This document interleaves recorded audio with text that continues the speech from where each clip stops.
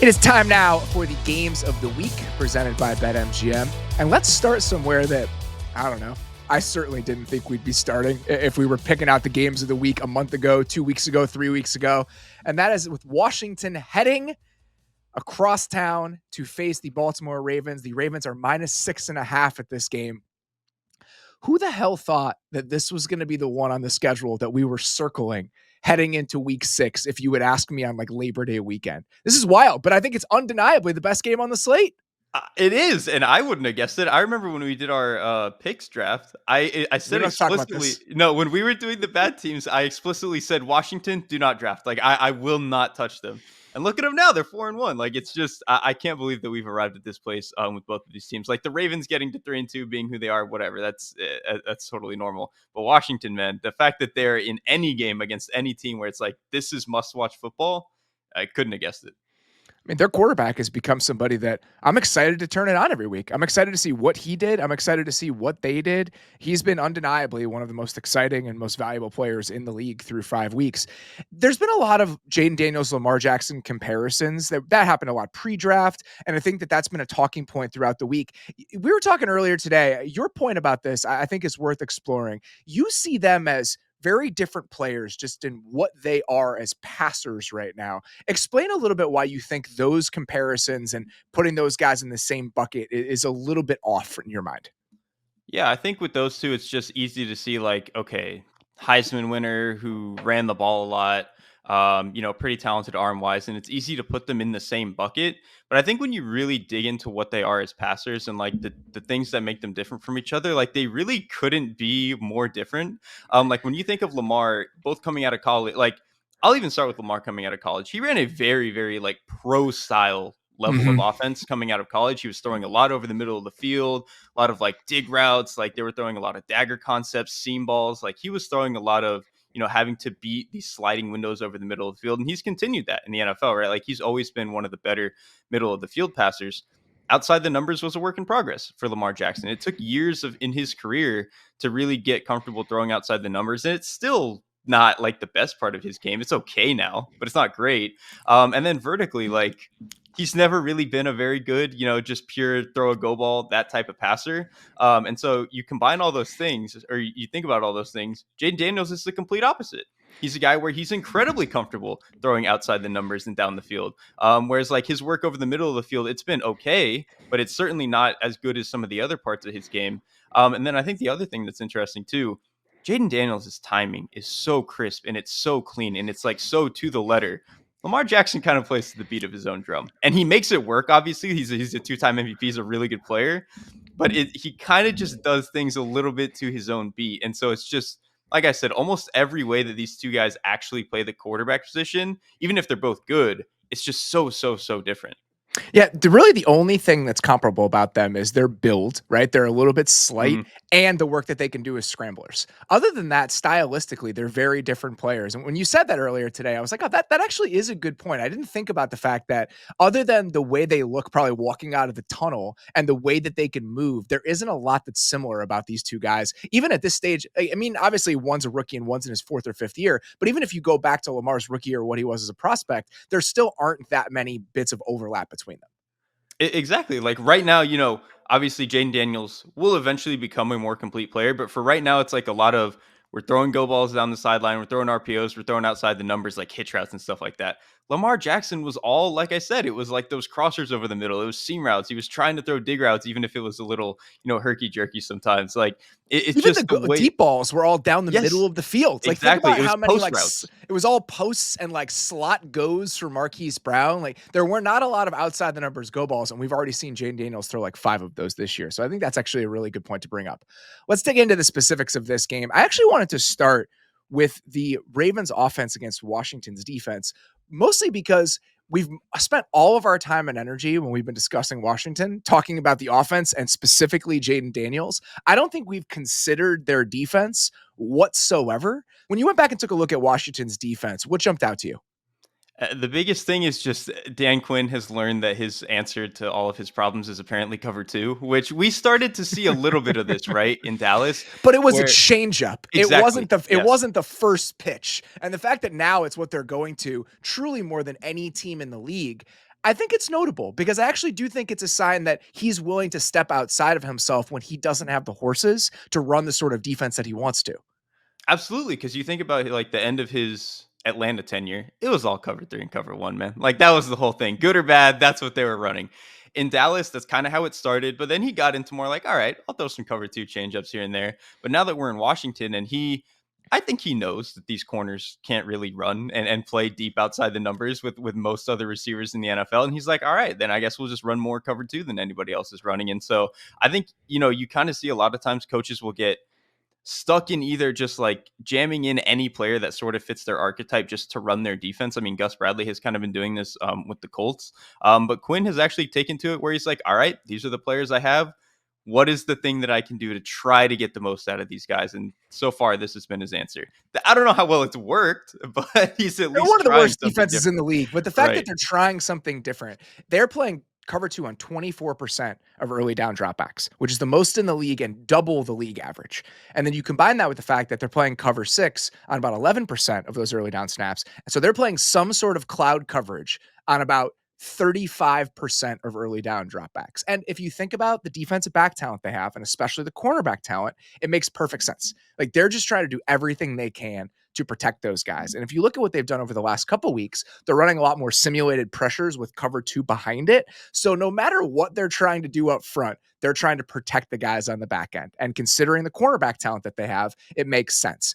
I was shocked going back and watching the last couple of games. They've actually moved Mikey Sainristil, who we thought was just going to be the nickel for them, into an outside corner role. And now Noah Igbenogany is playing the nickel for them with Benjamin St. Just in the other outside role. And that's just a sign of we're just trying to do anything we Yes. can to get a workable group of five defensive backs on the field at the same time, which again, admirable.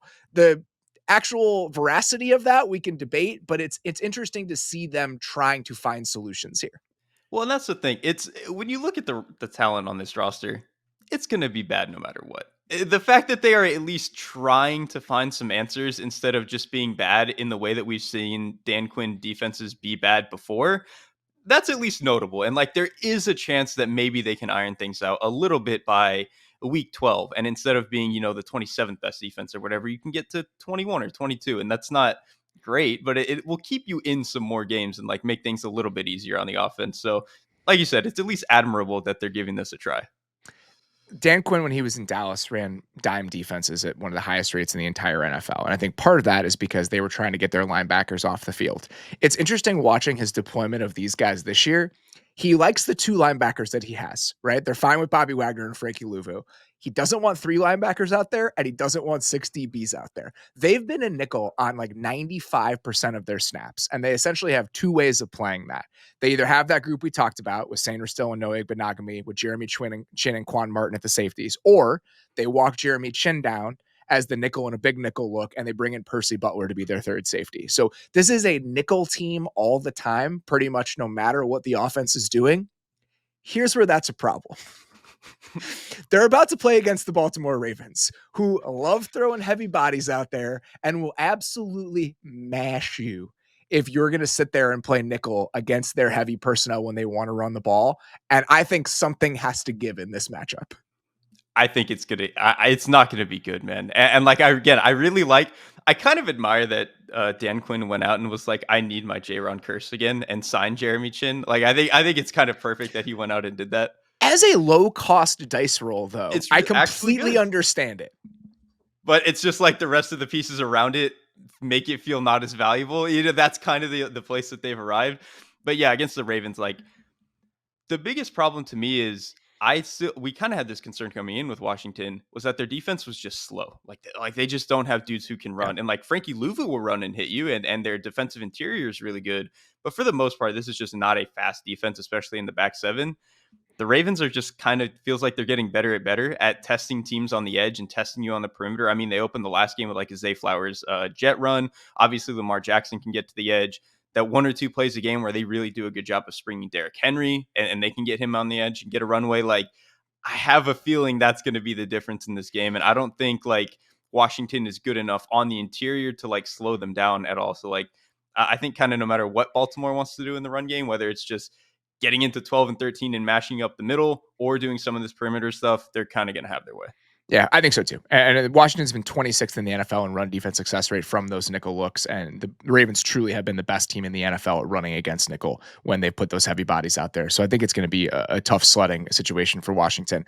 The other thing I wanted to mention, watching what mostly what the Cardinals were doing to Washington 2 weeks ago, Frankie Louvu, if you let him run and hit, he's great. But if you put him in space, you can put him in a blender pretty easily. And the way that the Ravens have specifically used Justice Hill over the first 4 or 5 weeks of the season, I think there are going to be some Justice Hill moments as a pass catcher in this game, specifically just trying to circle Frankie Louvu, which is not it's not to say anything bad about Frankie Louvu, who I love as a player, but he does have his shortcomings when asked to be a coverage player. That is not his strength. Doesn't that explain the state of the Washington defense, like where they're at, where you can go into a game saying there are going to be Justice Hill moments? And like Justice Hill is a fine role player, but when you're going into a game and being like, there will be Justice Hill moments that change this game, your defense is not very good. I am not going to take any Justice Hill slander on this show right It's now. not slander, but come on. Justice Hill has been really good this year. And the one area that I actually think Justice Hill has been the most impressive, he was fantastic in pass protection against Mhm. the Bengals last week. They were trying to bring so many blitzes, and he's actually been really, really good as a pass protector this year. And I've watched so much garbage pass protection from running backs in the league so far over the first 5 weeks. Watching Justice Hill, what he did against the Bengals, truly was like a comforting thing for me. And you need it if Derrick Henry's going to be your other back. I mean, he doesn't Yes. do a whole lot of the pass catching and pass blocking. Like, yeah, you kind of need a chippy little Justice Hill to get that done. All right, let's get to the other side of the ball where the headlines are actually happening here.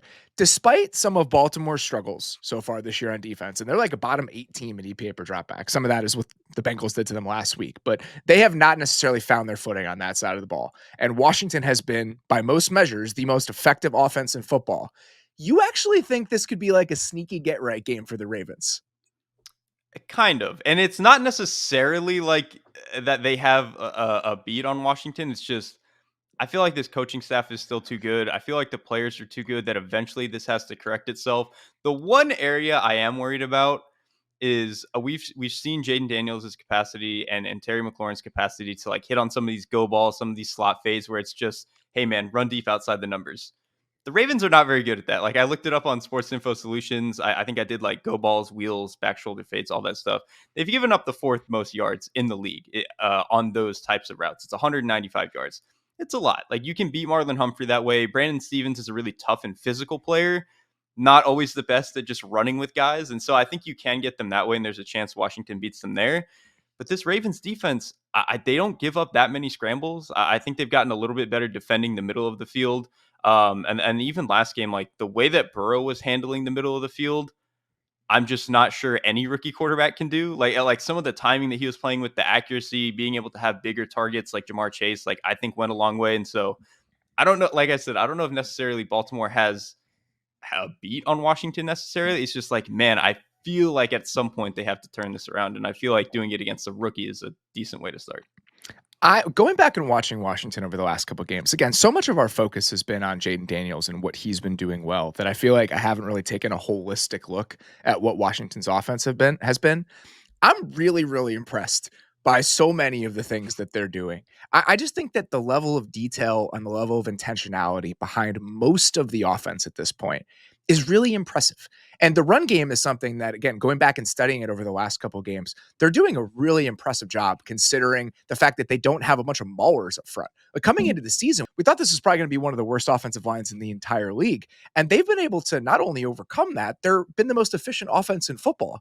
And watching the design of the run game, how they're using Cosme and Biotish as pullers, the ways that they're kind of flipping the math on people. I was surprised by this just because they've been so effective. You think that teams would start countering it, but Washington plays so spread out, and having Jaden Daniels change the math for you, they are currently playing against the lightest boxes in the NFL on average. In the NFL, 6.44 defenders on average in the box against them, according to Next Gen. That is the lowest in the league. They also have the lightest offensive boxes because of how spread they are. So the fact that they've been able to really just hammer people from those spread looks, that isn't necessarily surprising because we've seen Cliff do that in the past. But I still think that like some of the details and some of the moments and how beautiful it's all looked in concert, I'm just consistently impressed. Like I like watching this offense right now. They are the way I think I've come to explaining it is they are really good at the things they're good at. And like what you just said there, where like they can get into this spread stuff and then they can kind of run down the middle. Like some of what they did, they had last week, they had like a split back gun look where they Yeah. used one of the guys as like a lead player It and was then Eckler. Eckler led yes. up, and Brian Robinson got the handoff from a split And back like, look. yeah, and like he does the behind the back like carry. So like Robinson is the back on the right, and Jaden Daniels spins all the way around to give Robinson the ball up the left side where Eckler is blocking. And it's just like they do a lot of really cool stuff like that. And then, like you said, when you're creating space with just the receiver alignment, it kind of allows you to get away with a little bit more as far as what they're doing in terms of running into those boxes. And then obviously Jaden Daniels on top of that kind of affords you a little bit more space. So like they've done a really, really good job with that in the run game. And like you said, we've seen that with Cliff before, right? Like James Conner was the most efficient runner in the league for a little bit when he Same was sort of playing with Kyler situation, Murray. right? Exactly. It was the same stuff. They were winning by virtue of math every single time they ran the ball in Arizona, the same way that they're doing it now. I just think there's more creativity now than even what they were doing back then. I think that that's probably fair. I think it probably is. I think like when it was with Kyler and Arizona and stuff like that, it was a little bit more of kind of your like staple just spread run stuff, and Yeah. they did a good job like doing it. But it's kind of like to your point, like they kind of were just getting away with the math, not the details on top of it. In the details in the passing game too, there's so many situations where the way that routes are distributing and the stress that it's putting on people, or the way there was a McCaffrey route against Cleveland where he takes it inside just enough to affect the match rules before bending it back out, and there are multiple guys open on the play. And that again, that level of detail and intentionality, I think, has really permeated this offense overall. And there's one player specifically that I think kind of speaks to this, and that is the way that they've deployed Brandon Coleman, who is their third round rookie left tackle. He's been a rotational player over the first 4 or 5 weeks. He actually started for the first time last week, but he's only playing like half the snaps. And typically I'd be like, oh man, we're going with offensive line rotations. Not sure how much I love this, but you can tell how much purpose there is to the plan. It's like we're going to bring him along at the right pace. We're going to make sure when you watch him against Myles Garrett, they're consistently chipping. They're not putting him in one-on-one situations that much. And he's allowed to kind of build confidence at his own pace. He's got a lot of power. He displaces people in the run game. He's clearly a really good athlete, but there are limitations right now. He's a developmental player, and they're developing him. So I just love the fact that there seems to be a real plan to almost every element of this offense right now, especially when you compare it to the lack of a plan that this organization has had on pretty much every single level since I started covering the NFL. And that's kind of how we felt coming into the season. Like they when they hired Dan Quinn and Cliff Kingsbury, it was like, really, that's what we're doing. Like this is the plan that we have. But to your point, like in practice and in reality, this is actually has been so far a team that is doing a really good job of developing their players. Like you mentioned all the Coleman stuff, but even just what they've asked of Daniels, like they are not asking him to come in here and be Andrew Luck or to be Justin Herbert, to be Dak Prescott. Like they are bringing him along at a pace that makes sense and asking him to do the things that he is very obviously really, really good at right now.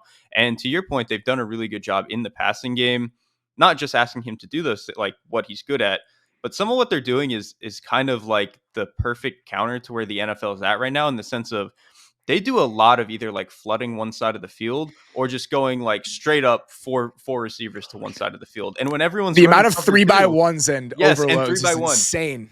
everything is 3x1 or quads. And if teams are running, a lot of this split high, coverages, well, what's the best way to do it? If they're trying to run this even coverage on both sides of the field, yeah, man, go flood as many bodies as you can into one side and let your quarterback kind of dice it up that way. And they've done about as good a job as anybody at specifically that. So you've alluded to this a couple different times. They're very good at what they're good at. But is there part of you that is a little bit worried that over the course of the season, if teams push them away from that and they're forced to play a way that they don't necessarily want to play? This is an example I'll use. They have 77 dropbacks this year that are not play action or screens. That is the least amount in the NFL among any full-time starter. So they've been able to play a very specific way on offense. And I think there's a little part of you that is concerned that if they have to step outside of that, they might run into some issues that we haven't seen so far. Yes, and I do want to preface this by saying I don't think the come down is going to be like they're going to look like Cleveland's offense and just be completely terrible. I think the come down is more going to be they're not going to be the most efficient offense in football anymore, and I think that that's totally fine. But I think kind of to your point, or to what you're saying there is, I think when you have, I looked this up on True Media since 2000, Jaden Daniels right now has the highest scramble rate, the second highest scramble rate ever, and the only guy ahead of him is 2003 Michael Vick.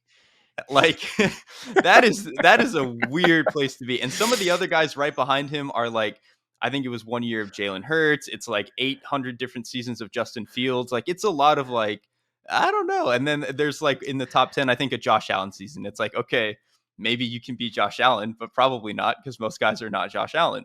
And so I think that's just a hard way to live that way. And then I think some of the stuff throwing the middle of the field, like Daniels has had moments where he's thrown the middle of the field well. Like I remember he had one ball to Ertz, even in this last game, that was kind of like it was a dig route, and that's the stuff I wanted. There was one I think to McLaurin against the Giants where he's kind of throwing it into a sliding window like that.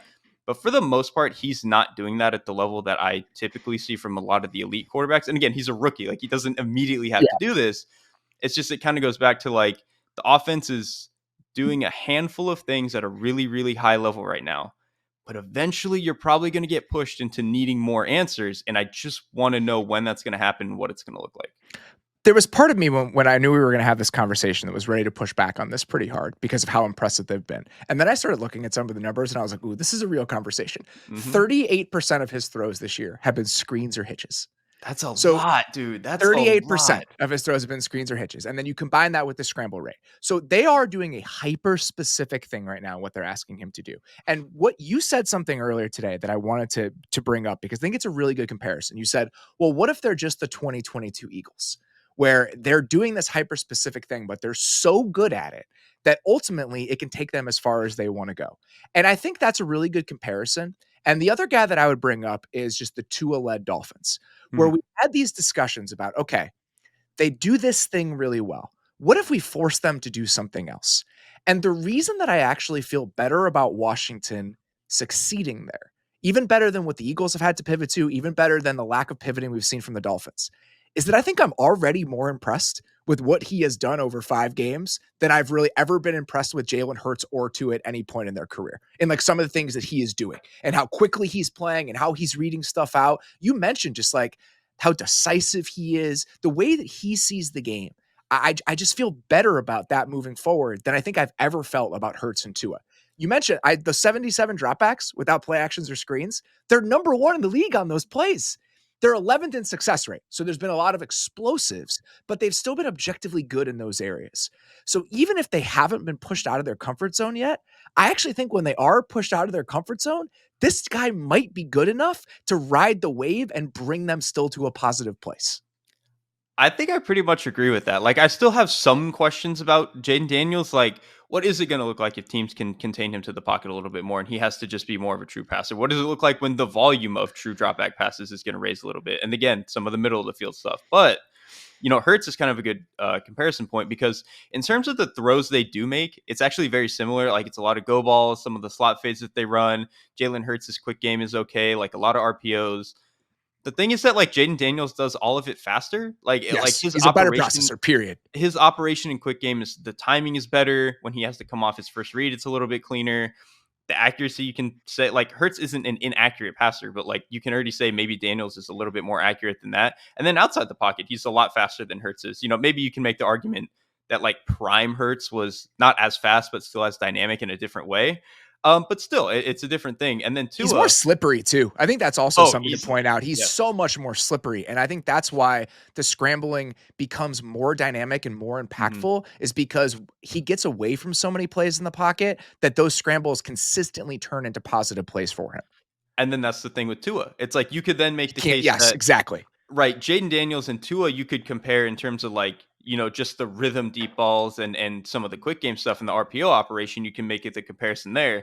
But then Jaden Daniels has all the creation stuff that he can fall back on, and that's where he's different from Tua. So in a sense, he's like blended the best thing of both of those two limited passers to become a much less limited passer. And so again, I still have some question marks and stuff I want to see as far as like what is Daniels' true ceiling as a like legitimate dropback passer in the way that we see from the elite guys. But it feels like the floor is already so high that he's going to get a ton of reps and a ton of experience to figure that stuff out, if that like makes sense. The last thing I wanted to mention, my biggest concern with him coming out of college is we almost never saw him throw the ball from the pocket after being pressured. Almost never. He never eluded pressure in the pocket, stepped up and threw the ball.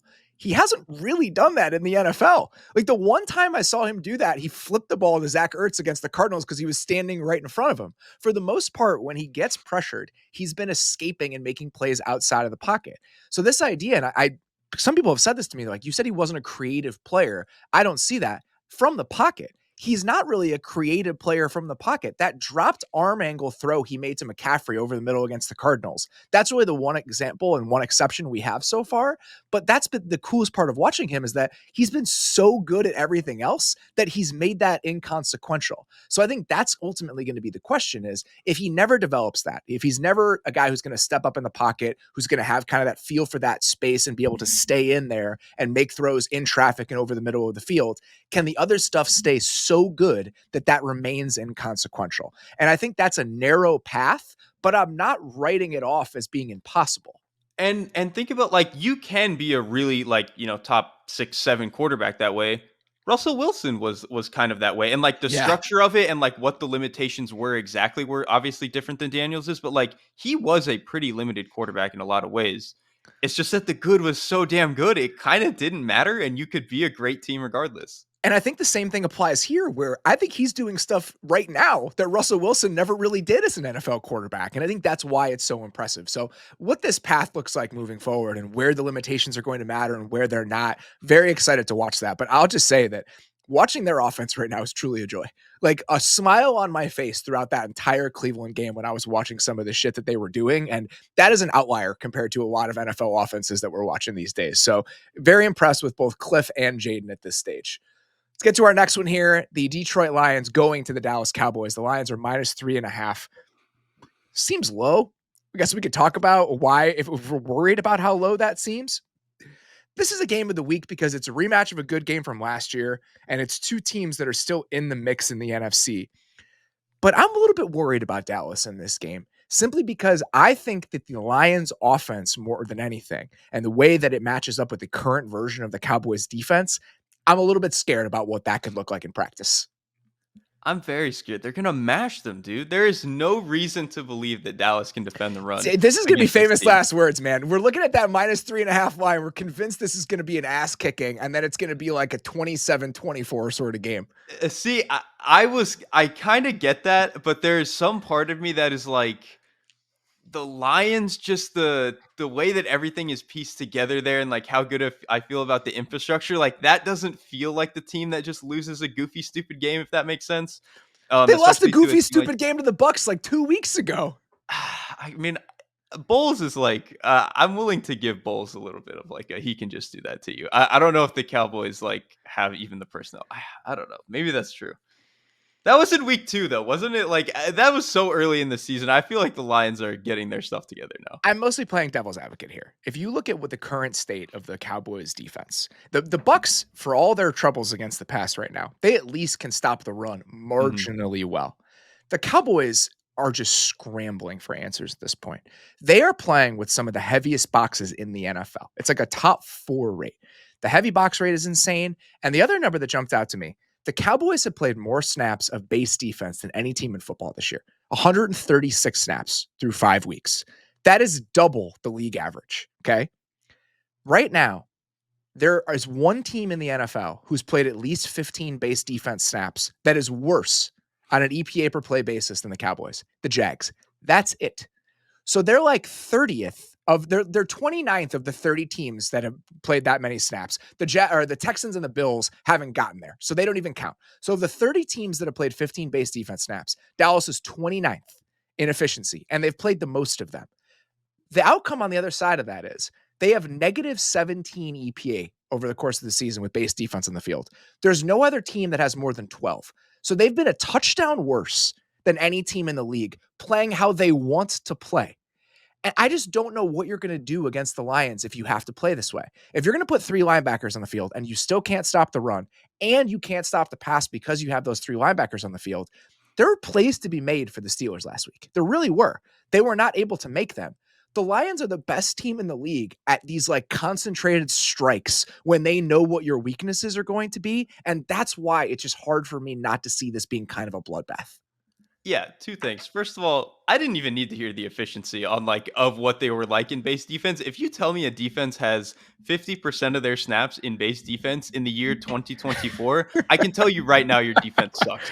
Like I don't even need to see the numbers. I know for a fact you are a bad defense. And then specifically against this Lions offense, what do they want to do? They want to get you in base so that they can run at you, get 4, 5, 6 yards a pop, and then Jared Goff can do his thing and throw some drift route or throw Yeah. a dagger over the middle of the field. And like that is the entire basis of what they want to do.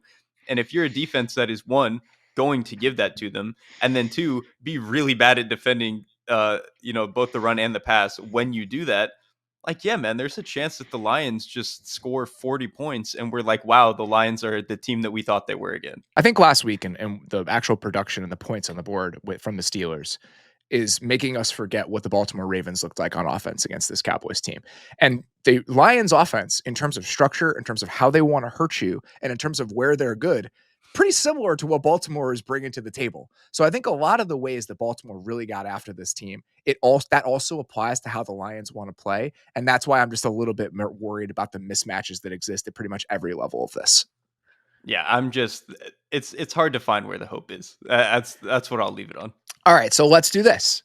If this is going to be a close game, I think the argument is the Cowboys can keep pace with the Lions offense. The Cowboys can put up enough points, similar to the way that Seattle did in that Monday night game the last time we saw the Lions. The Lions defense has not been great this year. They are 22nd in the NFL in EPA per dropback so far this year. They've been able to stop the run pretty well, but that's because they're playing a shitload of base defense. Like they're throwing their 3 linebackers out there, even when teams are playing 11 personnel. It's kind of been shocking. I looked at the numbers today. The Lions have played 72 snaps of base against 11 personnel this year. It's in a different universe. Part of it is because they played the Rams in week 1. Okay. Yeah, I guess so. You're worried about the Rams grinding you down in those 11 personnel looks. So you put your 3 linebackers out there. But if you go back and watch that Seattle game, Cooper Kupp is not a part of that Seattle team. Like JSN is their slot receiver, and they're still doing it. And I think it's because they're a little bit worried, especially with Brian Branch out last week, about their ability to play nickel and defend the run. And so that's why they were leaning into that. There's a good chance Branch is back. But this, again, it's not as bad as the Cowboys, but I still feel like this is a Lions team that's kind of throwing some weird shit against the wall because they're struggling a little bit to figure out exactly how they want to play. It feels like specifically in the middle of the defense, they don't feel like Yes. I mean, the defensive interior is good, but the linebacker spot is still like, there's just a lot of question marks there. Like, I know Jack Campbell has been a little bit better in coverage this year, but not to the point where it like fundamentally changes what they're allowed to get away with. And then just in terms of run defense, I think those guys are a little bit all over the place. And then obviously you lose Marcus Davenport, which I think is like, when you lose one of your big man defensive ends, it kind of makes sense that you would maybe want to just have other big bodies in the box to help and defend Barnes the run. too. And Right, Barnes. 2 big body guys you can throw on the edge if you want to in some of those looks. Right, because Barnes has been like, they would throw him on the edge as They like a walk him Sam, down. the way that like the Patriots do this a lot with Jelani Tavai. Like Or they Chanel. would use him. Yes, or Leo Chanel. Like that's a great example. Like Barnes was one of those linebackers that you could do that with. So if he's off the field or not able to play at all, that kind of limits you a little bit. And then I think with Branch out of the lineup, I think they've also struggled a little bit what they want to do coverage wise in the middle of the field. Like obviously outside the numbers, you just let Arnold and Davis run with people, but I think they haven't been as sound in the middle of the field whenever Branch isn't out there. Watching the Cowboys offense against the Steelers, I kind of had like a realization about why the Cowboys offense frustrates me so much at times. And it makes sense why they play this way. The Cowboys have more dropbacks according to Next Gen from spread looks than any team in the league. And I get it. You have a supercomputer back there. Let's spread things out and let him pick apart the matchups that he wants to take on. They are 21st in success rate on those spread plays. Because the problem with this is they have no matchups to take advantage of. CeeDee Lamb is one of the best receivers in the league. Other than that, how many of those individual matchups, if you have 4 receivers going out into routes, do you feel are definitive wins for you against an average NFL defense? Maybe some Jake Ferguson plays, maybe. Even that, like I don't really think Jake Ferguson's like a matchup type of player. And so I think it's kind of put them between a rock and a hard place where they want to play this way because of Dak, but they don't have the matchups to really take advantage of people. And against the Lions specifically, I think this is notable because this is a man coverage team. You need some bunches, you need some rubs, you need to make things a little bit more condensed in order to get some separation because your guys probably aren't going to be winning one-on-one matchups outside of CD. And the thing is, they're better playing that way even if it doesn't make sense on its face because it's not really leaning into what makes Dak special, I still think it ultimately makes things easier on your players and makes things easier on your quarterback where it is beneficial in the long run. And if they don't try to play that way against the Lions, I think that they're going to be in trouble because I think those outside matchups are going to be problematic for them.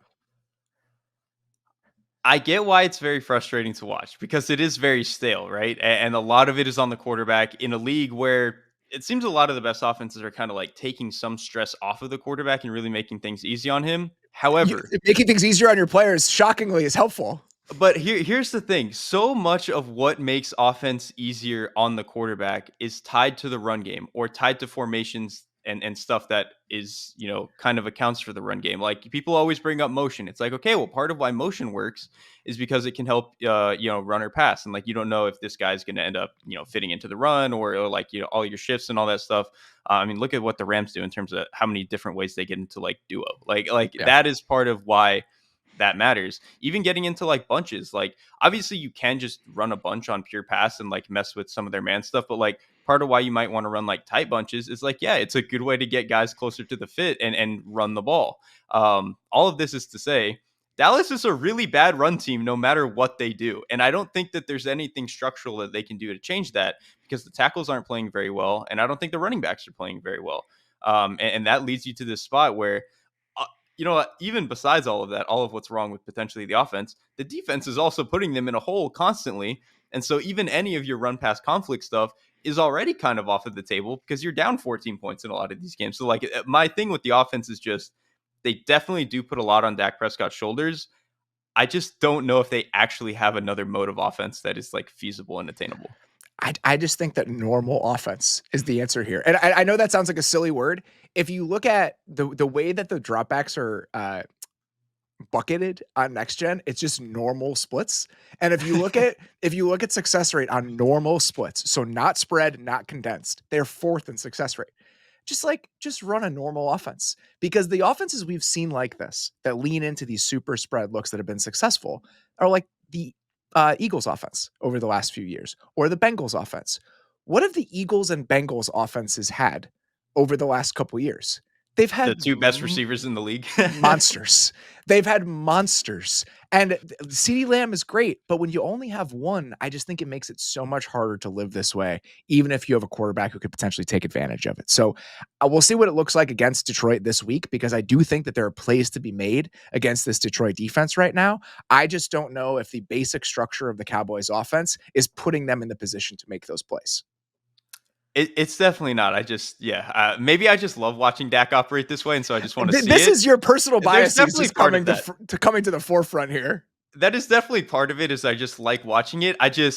It's so hard for me to think that like getting into tighter formations and giving Rico Dowdle the ball more is going to help the offense more than just letting Dak be Dak. I don't even know if you need to do that. I just want to see But that has to be part of it if you're it going to has to run a be it normal has to be offense. part of it, but I don't think it has to be a huge part of it. You I can am still run the exaggerating ball. by saying it that way. You can still run the ball 35% of the time from those looks and get some of the benefits of playing that way. On the injury front, just worth mentioning before we move on here, Frank Ragnow, after throwing Dan Campbell into a wall back practicing in full and will What a play in great this story, by game. the way. Just the most Lions bullshit. I'm telling you, half the stuff that goes on with this team, I would roll my eyes if it weren't this team, but for whatever reason, I find it endearing because it's them. On the other side, Micah Parsons not expected to play in this game, and Eric Kendricks is not practicing. So a few more warning signs for this Dallas team that I think has plenty of them heading into the game. Let's get to this week's fourth screen email. Each week, we solicit some arguments for which game belongs on the fourth screen in the early slate. This one is from Doug Fetro. The subject line is literal hell. Robert and Derek, I'm 36, and I have been a Browns fan my entire life. I'm a person who's not prone to hyperbole. So when I say I've never hated a team so much in my entire fucking life, I truly mean it. This team is an abomination to the game I know and love. Their problematic quarterback runs into pressure while turning down open receivers. Their once stalwart offensive line is in shambles. Our great hope is a guy who 12 months ago had the nastiest leg injury I have ever seen. The defense regressed because they play 45 minutes a game, and how could they not? I have seen some true football horrors. I've been in serious conversations with people I love about if Charlie Fry was the future of Cleveland football, and I would take all those years again right now to not have to do this anymore. Then we get to the other side of this game. I know it's an old joke at this point, but I just assume Nick Sirianni's headset is connected to nothing. The vibes merchant can't be alone in the same room with his quarterback, like a separating couple who can't talk without their lawyers present. I can only assume when he tries to call Howie, he gets the same treatment my friend gave to annoying customers at the cable company. He would tell them he's transferring them to his supervisor, Ronald Berger, and connect them with a local McDonald's. The team should be fun and vibrant and interesting, but it feels like the sky is falling. Everyone hates each other, and it just feels off. Guys, this game is tough, but what really makes it truly gutting is when you think about what you thought about these teams not too long ago. Philly coming off a Super Bowl with a great young core, Cleveland, the first taste of real success in more than 2 decades, and poised to take the next step into true contention. Now look at where we are. Like, fucking seriously. It feels like we could not be further away from those feelings. It feels like two teams that are just 2 steps behind each other. Cleveland's window slammed shut, and Philly's closing fast.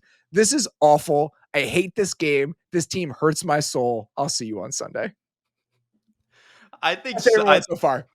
I think somehow this being like a Browns despair email, and then my favorite part of it actually being the Nick Sirianni Eagles hate. I was just what a great jab to throw in there, man. This was beautiful. Beller, I appreciate you picking this one so much because we should be talking about this game in these exact terms. If we're going to do like a desperation bowl, this version of the Browns against this version of the Eagles, imagine if the Eagles lose this game to Cleveland Oh on baby. Sunday and what the outcome is going to be from that. But that's really, in my mind, the only way to talk about this game. So I sincerely appreciate Doug allowing us to discuss it in those terms.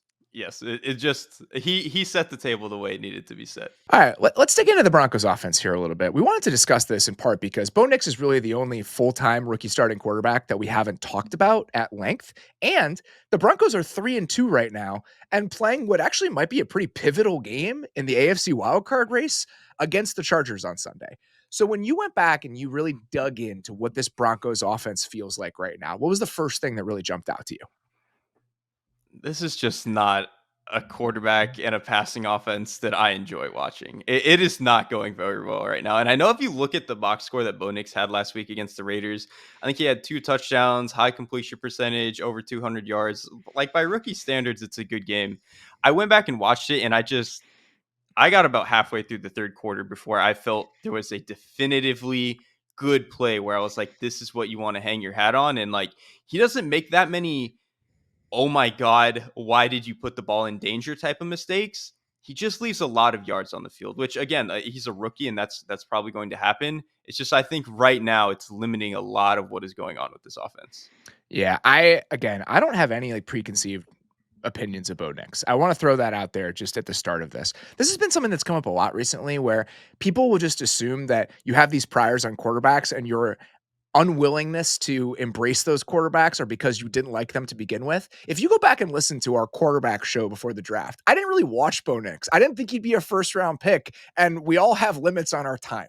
So I didn't really have any opinions of him coming in. The first few games, and this deep dive specifically, has been the most exposure I've ever had to Bo Nix, and I did not enjoy it. I'm trying to be nice, and I'm trying to be a little softer in how I do this. I think that there are a lot of elements to how he's playing the position right now that are really concerning to me. Like, if you watch what his mannerisms are like in the pocket and how he navigates the pocket, there are some ticks that I think could be fatal if they continue deeper into his career. His propensity for bouncing into pressure and sliding in the pocket unnecessarily, I can't explain it. Like, I don't know why it's happening the way that it's happening. There was a play in the third quarter where it was a third and medium-ish. I think it was like third. No, it was like third and 7. So let's call it third and low. He drops back. There's a little bit of color in the pocket, but not a lot. And there's a concept on the left side where they're running an out from the number 2 receiver and a go from the number 1 receiver. Mims is on the outside. And the corner to that side traps the little stick route. So Mims is wide open up the left sideline. One of the reasons that he can't throw that ball is he's jumping to his left into the defensive end who would not be pressuring him if he was just stationary in the pocket. And he does this a lot. He does it unnecessarily and he does it often. And I do not know what the source of it is, but I do know that it's going to be really, really hard to play quarterback successfully in the NFL if you are going to consistently do that. The worst part of this is he's not getting pressured. He had a 16% pressure rate in this game. And if you look at it, you think, oh, maybe he's getting rid of the ball really quickly. Like that's the thing. It's him. He's getting rid of the pressure. He was pressured on 23.8% of his dropbacks in that game that lasted at least 2.5 seconds, according to Next Gen. That is the 12th lowest rate on those sorts of dropbacks for any game in the past 3 years. And he's putting himself in trouble because of how he's handling that non-existent pressure. So I'm a little bit worried about what I saw on Sunday. I know it's 5 games in, he's a rookie, but what I saw to this point, I think there are a lot of things that you can take issue with. Yes, exactly. Like it's only been 5 games. He's a rookie. I know all that stuff. It's just we can still evaluate what he is actually doing right now. What he's actually doing right now is not very promising. Like the Raiders played. I swear the Raiders played Tampa 2 for half of this game, and Bo Nix at really no point looked like he knew what to do with it. Like there was a play early on where he ends up completing a pass to Lil Jordan Humphrey on the right side on like a he's running like the sail route on a scissors Mhm. concept where you've got the post and then the sail route kind of cutting under it. The Raiders are running Tampa 2 and like Nix doesn't understand the conflict that the defense is in where like if you're running scissors and that post is taking it high, okay, he's going to occupy the deep safety. And then you've got the sail route and then the flat route to the right. That corner is going to be in a bind. He's either got to play high on the sail route and you can throw the flat, or he's going to come down and play the flat and you throw the sail. He doesn't get that. And so he kind of just looks at the post and then immediately starts to bail. And it's like, He slides to his can't right and do he that. completes the Yes, pass. It is a right. completion, but it's 2 seconds later that it needs to be completed and he has to go Exactly. outside of the pocket to do it. And I think why this is so notable. He's old. He's played a lot of football, and you compare what he is doing to what Jaden Daniels is doing, and you compare how quickly Jaden Daniels is seeing things, or even some of the stuff that Caleb Williams is already doing, like Mhm. last week, and you compare it to this, and we're having a very different conversation. And I think that play is a perfect example. That's made to order that throw based on the route concept and the coverage, and he cannot throw it on time.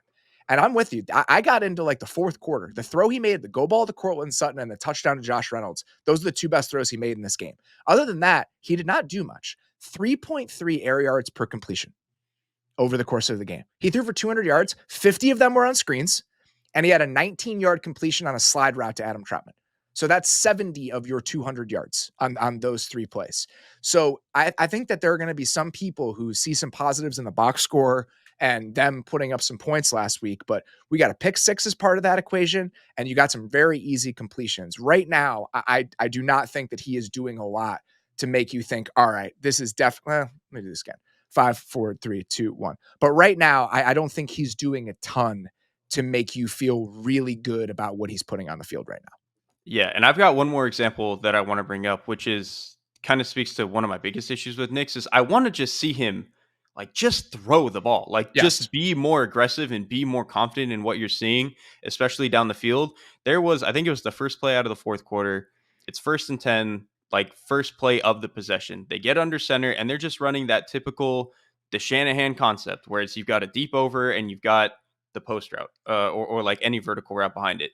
Nix gets to the top of his drop. He's eyeing the free safety, and you basically throw it off of the free safety. If the free safety is either low or he starts to drive on the over, you throw the post. If he stays too high and he doesn't move, you throw the over. It's like that is basically how it's supposed to work. Nix gets to the top of the drop. The safety starts to drive on the over, and he has a ton of space in the pocket to step up and throw the post, and he just doesn't do it. And he ends up scrambling for 10, and it's like, okay, that's a positive play, but you just left maybe a touchdown on the field. And those are just the plays that I that is like cooked up for you in structure. You've got to make that throw. I would like to see him start to make more of those. There was another over, like it was a deep dig, but there was a play over the middle of the field that was wide open, and he just checked it down. He wants to check it down. And I think as we talk about admirable quarterbacking and the guys that stylistically or even in terms of like what they're providing in offense, like this is what you want to see. It's the highs and the high lows. It's aggressive plays consistently, and he's going the other direction from that. And again, we're 5 games in. I'm open to being not even wrong about this. I'm open to changing my mind. If something changes in terms of what he's putting on the field, that's great. Like he's a very young player, If 5 games into his career. But all I can react to right now is what I saw on Sunday against a Raiders defense that can't get pressure on anybody and is struggling. And I think for the most part, what was happening were negative things. Yes, that is a great way to put it. Like coming out of college, I was like, okay, he can maybe be Andy Dalton. But we've even seen like recently, Andy Dalton is very willing to make admirable throws. That's just not on the table for Knicks right now. Again, if he's a different player come November, I would love to see it, and I'll start tweeting about it. Until we get there, I'm a little bit concerned. I also just didn't really like the structure of the run game and like what they were trying to do. I feel like they're asking their offensive linemen that there are some really good players on their offensive line. Like Quinn Miners is one of the best run blocking guards in the league. Garrett Bowles is a good left tackle. They're dealing with a backup right tackle right now, and even for stretches a third string right tackle during that Raiders game. But some of the things they're asking those guys to do, like Quinn Miners making one-on-one blocks in the run game against Christian Wilkins, he can do that more than most guards can, but that's still asking a lot of any interior offensive lineman. So just the run game overall and some of the angles they're not creating, the fact that the tight ends on this team aren't really strong run blockers and they're using a lot of 2 tight end sets. So there's just a lot of pieces to this that I have my doubts about right now. We talk about how much I enjoy watching the Washington offense and just how detailed it feels and how intentional it feels. Watching what the Broncos are doing right now, I just don't really get much of that sense. And I think that's part of what makes it frustrating. I don't love it either. I do think though, like not to be mean and belabor the point, but I think this kind of comes back to Bo Nix, where your quarterback can kind of dictate what the scheme is. And I think they've tried to actually simplify things for Bo Nix in a lot of ways, where they've been trying to get into a little bit more spread sets. They've been trying to get into a little bit more where they can just do some of this quick game stuff. Um, they've really like cut out some of the motions and shifting in the offense as much as they tried to have early on, and especially in previous iterations of Sean Payton's offense. That kind of puts a limit on what your run game can look like. On top of the fact that what you just mentioned with their tight ends just not really being, I think, the blockers that typically you see in a Sean Payton style of offense. So they just don't really have the quarterback that can get them in the structure of offense that they want. And then, like, all of the other pieces, like mostly the tight end or even the receivers, don't block all that well. They just don't really have these other pieces that make it feel like it can, you can piece it together. So I think that is a bigger reason of why the run game looks the way that it does, really, even more than the offensive line. Looking at this week and what it means for this week, this Chargers defense has been by several metrics like one of the best defenses in football. They're number 1 in success rate. They're number 3 in DVOA. Some of that might be feasting on bad offenses. They've played a lot of bad offenses. They might be playing a bad offense again this week. So this is worth mentioning because I'm just keeping tabs about what the Chargers are doing. I thought they looked very impressive against the Chiefs. I think Jesse Minter is doing a lot of interesting things on that side of the ball. They're very banged up right now. Joey Bosa, Christian Fulton, Jasir Taylor all not practicing, but Bosa and Taylor missed last week and they were okay. Like Thule's playing well. They still have Khalil Mack. And I think the structure on the back end has been very impressive. So I would not be surprised at all to see them give this Broncos team a pretty hard time on Sunday. I think they probably will, because you know what? Again, until we obviously they played well in that Chiefs game, but for the most part, I don't think they've played that many good offenses. At the same time, to be as successful as they have been, even if it's just against bad defenses, okay, well then I can at least say you can be a really, really good defense against bad offenses. And everything we just talked about for the last 10 minutes suggests that this is not a very good Denver Broncos offense. And so I think even with a couple of guys banged up, I think they actually have more depth in the front seven than they've had in years past, which has kind of been an Yeah. issue for them. And then the back end, it just seems like they're coached very well, and they're kind of playing on a string the way that you want to see from a good defense. So, yeah, I mean, I have faith that they can at least do this again to another not very good offense. One guy I wanted to mention, just shout out before we moved on. Otito Ogbonia, who is a third-year interior defensive lineman for them. He wears number 93. He's been banged up a lot over the last couple years. I like him. I think he can play a little bit. I've actually been very impressed with him in the stretches that I've seen from that Chargers defense. He's getting there, man. He was not good the first couple of years. And like you mentioned, I think some of the injuries that he had like kind of didn't let him fully settle in. But I think him actually taking some degree of step forward this year has been part of the reason that this defense feels a little bit different, especially because, I mean, in addition to him and some of the other guys they've had, the defensive interior was the problem for this No doubt. Chargers defense for a long time.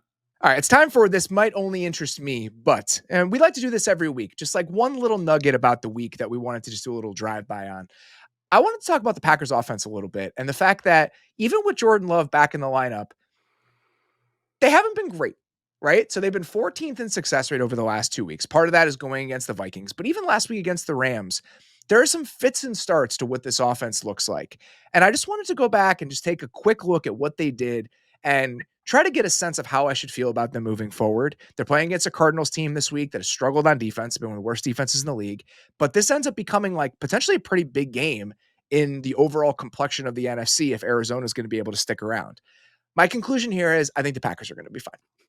I think they're going to be okay. And I know that's not that interesting, but this is a team that's 20th in passing and rushing success rate. They were 14th over the last 2 weeks with Jordan Love back.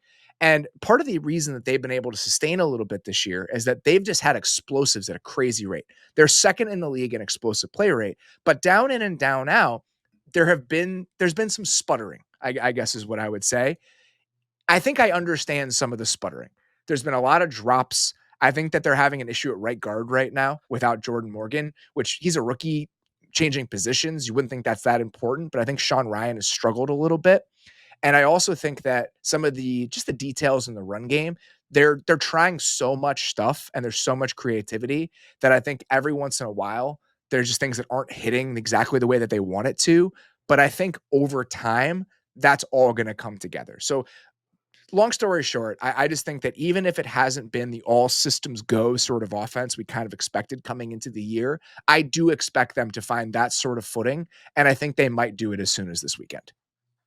I'm in the exact same boat. Like some of it has looked ugly, and I know that we can all just go pull the Jordan Love lowlights and be like, "Wow, this offense sucks," and they're not that good, and there's reason to be worried. But I think a lot of what you mentioned on the down to down stuff, to me, when I try to figure out like why is an offense struggling, is just like, do they have a structural problem that relies to coaching or the offensive line, or do they have players that are limiting what they can do, or do they have players who are just simply playing poorly all the time? I don't think either of those are the case necessarily. Like, I think structurally, Matt LaFleur is one of the best coaches in the league. Like, so what you mentioned with his run game stuff, they are trying everything under the sun and getting it to it in a bunch of different ways. And I trust that by December, they'll have all that stuff ironed out, even if they're not like fully healthy along the offensive line. I just trust that he'll get there. I think a lot of what they're doing in the passing game has been really interesting. Like, they had on that, like, exit motion where you take the number two and like quick push him out to be the number one. In this last game against the Rams, they had like a 6 play sequence, not in a row, but like over the course of the game, where they just added like a new wrinkle to that every play. And I was like, man, LaFleur is so good. And They just, build on their shit in really cool ways. Even that yes. little like half orbit motion handoff to Jaden Mhm. Reed that then went into a pass that Tucker Kraft scored a touchdown on. There's just a lot of layers to what they're trying to do on offense. And again, I think that's one of the reasons that I expect them to find their footing at some point. The only little quirk that I think is worth mentioning, and this is small sample size theater because he's only played 3 games and one of them was against Brian Flores.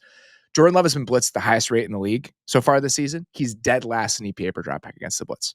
And that game against the Vikings probably carries a huge portion of that numbers. But if you're just trying to bookmark stuff to keep an eye on, just something to keep an eye on.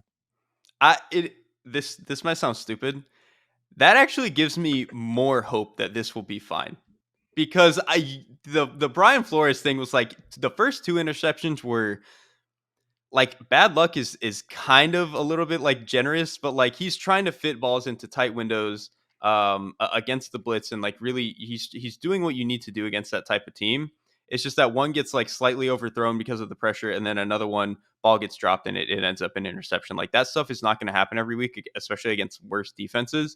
And then the Rams interception where the pick six is just like what are we doing, bro? Like he does a lot of stupid stuff, but he's not going to do something that catastrophically stupid every time. Especially when I think some of what he's doing right now is he's pressing a little bit because he's not fully healthy, and I think a month from now, when he feels a little bit better, he's played a lot more games. He feels a little bit better. Some of this stuff is going to even out, so it actually gives me more faith that like they've looked okay despite him being so catastrophically unproductive when blitzed. Yeah, I think that's totally fair. That stuff is going to come back to earth at least a little bit because he was actually very good when pressured last year. So I assume that that'll drift back toward average at the very least, and just one more area where they're probably going to take a step forward over time. All right, layers on me here. The thing that might only interest you, but I think it's probably interesting a lot of people, especially down in the New Orleans area.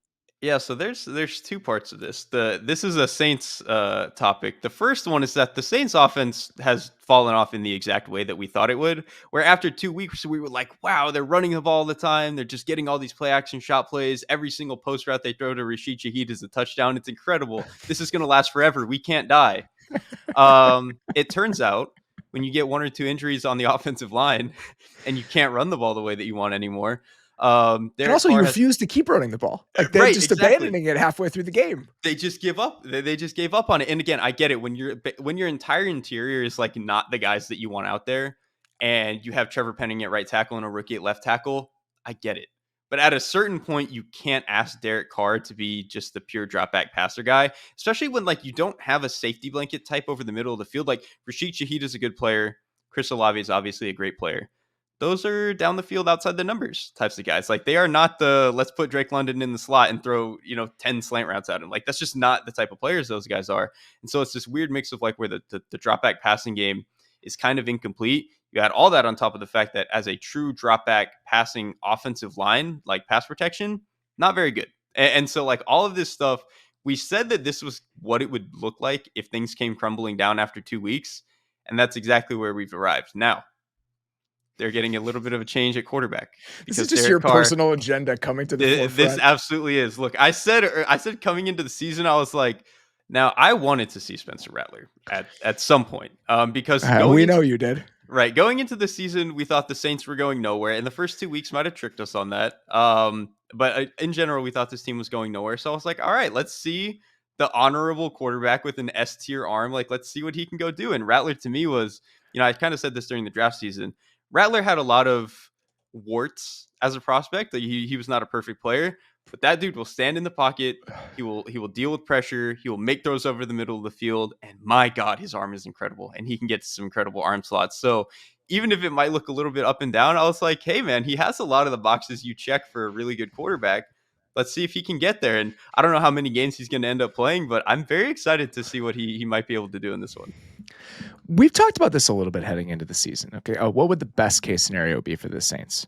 And I honestly think that if you were trying to play that out, hitting on a Spencer Rattler and being able to pay your quarterback nothing over the next like 3 or 4 years, it honestly would be the best possible off ramp for this team and kind of the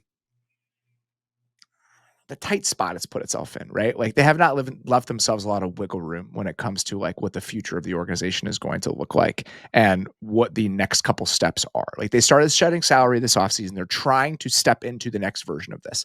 They are currently slated to have $98 million in cap space in 2026. Like the reset is coming. Can the reset involve hitting on a guy like Spencer Rattler? And I think that's a far off reality considering where he was drafted and the hit rate on all those guys, all that. But I'm at least interested in the effort and at least interested in what the process toward that end might look like. So am I. And look, again, Rattler is probably going to be a worse quarterback than Derek Carr is right now, even if they're very different. But Rattler is a little bit more aggressive. Okay, actually, he's a lot more aggressive. I'll say that. He's a little bit more creative in the pocket, and he's definitely a lot more willing to hang in there against the blitz and make some throws.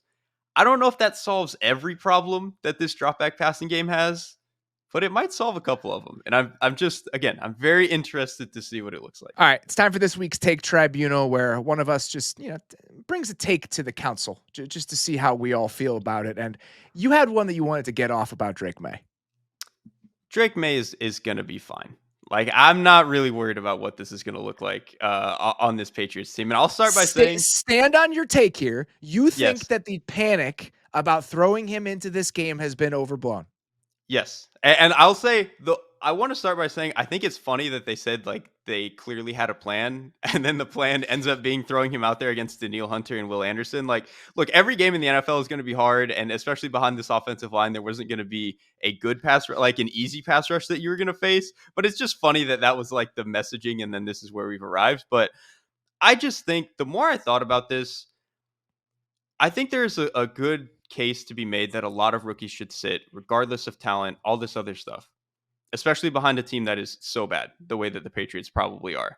But then in my heart of hearts, I truly believe that Drake Maye is just so good that I don't care, and that he's just going to be fine. And like, it's not going to be perfect. Obviously, he's going to mess up a lot because he's a chaotic player. But I just think that this is not going to ruin him, and he's going to be a player who comes out of it on the other side just fine. I'm open to that timeline. He might be. We've seen guys like that. We've seen guys dropped into terrible situations that are so good that it ends up not mattering. Okay, Joe Burrow got the shit kicked out of him his rookie year in a T. Higgins and nothing else world. Josh Allen, just if you guys aren't familiar with the 2018 Josh Allen experience, I just remember go Robert Foster. just go to Pro Football Reference and just type in 2018 Buffalo Bills and go look at the receiving stats on those teams. Robert Foster, who was out of the league like a year later, was truly the best player on that team, the best pass catcher that they had. And it was ugly, right? It was ugly. Josh Allen's stats over the first couple years are not good. And now we have what Josh Allen is. You can come out on the other side of it, even if you're dropped into bad circumstances. But my thing is, why? Like, why drop him into this? Like, I just feel like we've seen so many times where quarterbacks are failed and where quarterbacks are put in a position to fail, and then we ultimately give up on them very quickly. I'm not saying that Sam Darnold, if he was dropped into a good situation, would have been good over time. I'm just saying that the version of Sam Darnold that we've gotten in stretches now would have been more possible if maybe he sat for the first year of his career and we gave him a little bit more time. Joe Burrow came out on the other side after getting hit an ungodly amount of times as a rookie. We shouldn't expect that from every quarterback. I remember talking to somebody that was on that staff this summer. We were just discussing this. Like, when do you thrust a quarterback into the starting role, even if the surroundings around him are bad? And how do you know if that guy's going to be able to come out on the other side? And he was talking about Burrow and just saying that he's just wired a certain way where there's such a level of confidence, like unshakable confidence about him, that it didn't end up mattering. And some of the skittishness in the pocket didn't creep in just because of who he is. Even if we think that that's possible for Drake Maye, I just don't think the downside is worth it. I just think that you is sitting him for the whole year and getting his developmental process started on the field next year. Why does it really matter if you push it to another season? The reason that he's playing, let's be honest about this, is because they feel like the season is slipping away and they do not want to lose this year. They don't want to lose their stranglehold, or they don't want to lose their grip of the locker room. They don't want to lose the fan base. They don't want to lose their footing in game 6 of a new regime as they move on from Belichick and they try to like restoke excitement in this team. I get that that's the reality of the NFL. It's a bad reason to throw a rookie quarterback to the wolves when this guy is your entire future.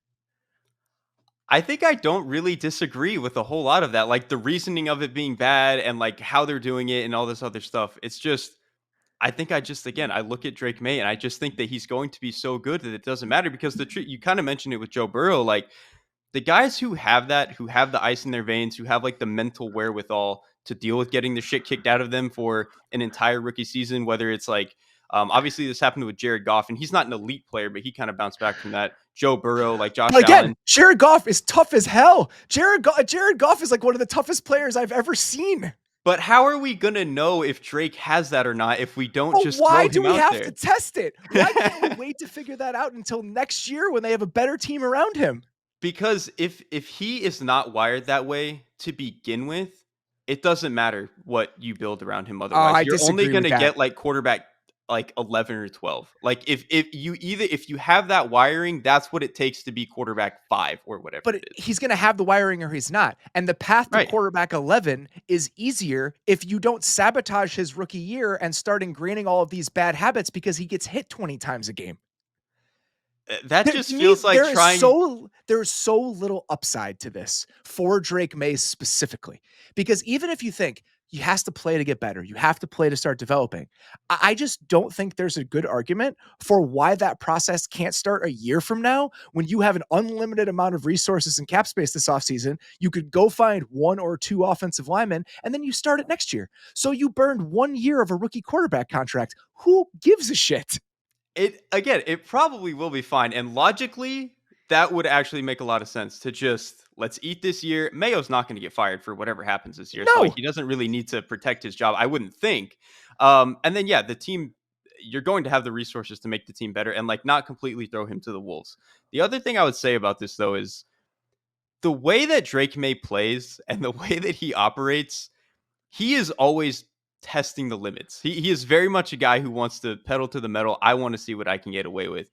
can only really do that if you go out there and play. And again, I know you're just going to say you can push that off to next year, but I'm kind of just fine with giving him as many reps of that as possible because I just don't think that this is going to break him. And if it does break him, then he just didn't have it to begin with. And they just, it's fine if they learn that early. I just don't agree with that. I just look at, like, the way Trevor Lawrence plays now and how you can feel some of that scar tissue from what it's been for a good chunk of his career, like, just the pass protection issues, and I think how some of it has crept into the way that he's operating in the pocket. If you look at his ability to mitigate pressure early in his career and you look at it now, he is a different sort of player in the pocket now. I don't think he's demonstrably bad or anything, but I do think that some of those bad habits have started to impact the way that he plays the position. And I just feel like even if this team is more interesting, even if there are reasons outside of Drake Maye himself that makes this worthwhile, and I know these things don't happen in a vacuum, and I understand the realities of the league, but I think that just because he can come out on the other side of it doesn't mean that we should be taking that risk with the guy who is ultimately going to be the future of your franchise. I think all of that is fair. The other thing that I would posit is that this Patriots offense obviously does look bad for a number of reasons. I think there is a chance that Drake May brings a degree of juice and playmaking that kind of solves some of their problems, almost to the degree That's a that good argument. not to the degree that we've seen Washington and Jaden Daniels, right? Like he's a different level of athlete and they can do a little bit more in the run game because of Daniels, but like this that Washington offensive line sucks, but because of some of what they're able to do with Daniels as an athlete and what he can do as a scrambler, it kind of makes it a little bit better. I think there's a I chance we can get that from May. Not like I think again, not to that level, but I think that's part of it. I also think that Washington offense, we didn't mention this when we were talking about Washington. They have been so thoughtful in how they've helped yeah. guys in protection. Their Mhm. protection plan, all of the chipping, it just like they've done such a good job at giving their guys consistent help. The Patriots offensive line has given up quick pressure at the highest rate in the league. Like it's astronomical. Like those guys are just getting roasted consistently. But the fact that this offense and the infrastructure could look different over the final 10 games than it has over the first 5 games, in part because of him, I'm willing to hear that argument. I just don't think it rises to the level of making this decision necessary or beneficial to the long-term health of your franchise. I totally understand that. It's just I think he brings them enough that this is going to go from oh my god, playing behind this offensive line and playing behind this team is the worst thing I've ever seen to like they're the 24th best offense. And that's not great, but that's not so bad that you are just completely ruining the quarterback back there. If they're the 24th best offense and he's taking 8 hits a game, you think that's worth it? 8 hits? I don't feel like that's that much. That would be like 100 over the course of a season. That's an insane amount. I mean, maybe I'm just like miscalculating what a hit actually gets counted at. Like he's gonna be fine. Like I just don't think that's all this ultimately comes down to. Is like no matter what problem I come to in my head, whether it's like the receivers aren't that great, the offensive line, whatever, I just come back to it and I'm like, I literally just think that he is so good that it's going to be okay. And you know what? I'll fully admit that is not the logical thing. The logical thing is we don't know enough about these players and we should just wait and see and we should try to protect them. And I agree it's probably hubris and just stupid on my part to say I think this player is so good. But in my heart of hearts, yes, I just believe that he is that good. Here's how I'm going to wrap this up. I don't disagree that he could be fine. I really liked Drake Maye watching him before the draft. I think he's supremely talented, and I do think there are elements of his game that allow him to kind of circumvent some of these issues. But the small chance that he might not be fine, to me, is not worth doing something like this. You're doing it for the wrong reasons. You're doing it because you feel a certain level of desperation to kind of reclaim and wrestle back your season. And while I get that that is a reality of the league and how the league operates, I think that moves made out of self-preservation have led to a lot of mistakes over the course of NFL history. And this feels like another one of those moves that is just hard for me to get behind. It's also not about the Texans, by the way. I don't give a shit Yeah. who the team is on the other side. Like this idea of how could you feed them to the Texans? It's like he can be playing anybody behind that offensive line right now, and I would not feel good about it. Whether it's game 6 against the Texans or game 10 against whoever they were playing is inconsequential to me. This is more about putting him behind that offensive line against NFL teams. I think what I've come to realize this, and this is what I'll put at the end of it. I think you're very hung up on like the process of how this has happened, and it's totally understandable, and I understand why we're there. And I'm more just looking at like, what do I think the result will be? And I'm like, you'll be okay. This is just your unwavering faith in Drake Maye, and I Yes, actually appreciate exactly. that. We were going to talk about the wins pool and the update the wins pool. We're running a little bit behind right now. We're just going to say you are winning the wins pool by a significant amount, but I also have teams that have just fully underperformed so far. I have the Bengals, I have the Dolphins, so it's actually closer than we thought it was going to be. We'll dig into the wins pool in earnest next week and actually talk about the state of this thing. But if you guys didn't remember, we did a 14 team draft before the season. 14 team draft. The loser has to pay off an embarrassing bet at Super Bowl week, the same way we did last year when I had to wear the hot dog suit. So we will actually give a full update on that next week, just because I don't want to have this to be an hour and 45-minute show. Let's wrap this up with what we want to know by the end of week 5 or end of week 6. What do you got for me? I just want to know if we should be worried about the Bills offense. And, I think we talked about this last time the Bills played a football game. We were like, do we need to be worried? And I said, Josh Allen has these stretches sometimes. We'll see if it's okay. But I think 3 bad games in a row would not probably be a fluke. And this is a game that I think with the Jets firing their head coach, their defensive head coach, you should come back and have a decent game. So if they don't, I'm going to start to be a little bit worried. And he's had some bad games against the Jets, man. He's had In some rough in games against the MetLife, Jets. yes. So this is something worth watching. I'm also sticking in this game. Does any of this matter for the Jets? Like, does firing Robert Saleh, does replacing Nate Hackett with Todd Downing, does any of this matter for the Jets? I don't think I'll necessarily have an answer on that by the end of this week, but I want to start getting an answer about whether all of this ridiculous theater around this decision actually has any impact on the 2024 Jets season. We'll see. I'm thinking it doesn't, because to me, they fired the good part of the team, which is very confusing. But sometimes just changing voices at the top is all you need to change things. So maybe that's where we arrive. We dug into that with Deontay this week, where there are some intangible elements of this that we don't understand, and I'm very open to the lack of knowledge I have about the inner workings and the dynamics of the Jets building. But I think on its face, a lot of what you said is correct. So that is absolutely worth keeping an eye on. Fun slate this week, really fun show. Appreciate you guys listening. We'll be back on Sunday nights. We'll be back with the Sunday night live stream this week, pending another weather delay. If the game Let's hope isn't not. delayed by an hour or 90 minutes on Sunday night, we will be back live on YouTube recapping week 6. It's another long Sunday this week, but at least the Bears are playing at 9:30 and I can watch an Island Bears game and not be distracted during the entire noon slate. It's actually my least favorite part of the Bears being mildly relevant is that I feel like I'm worse at my job because I'm paying too much attention to the Bears game at noon. So anytime they can play a game where no one else is playing, I actually really enjoy it. So I'm looking forward to that on Sunday. Until then, sincerely appreciate you guys listening. We'll talk to you Sunday night.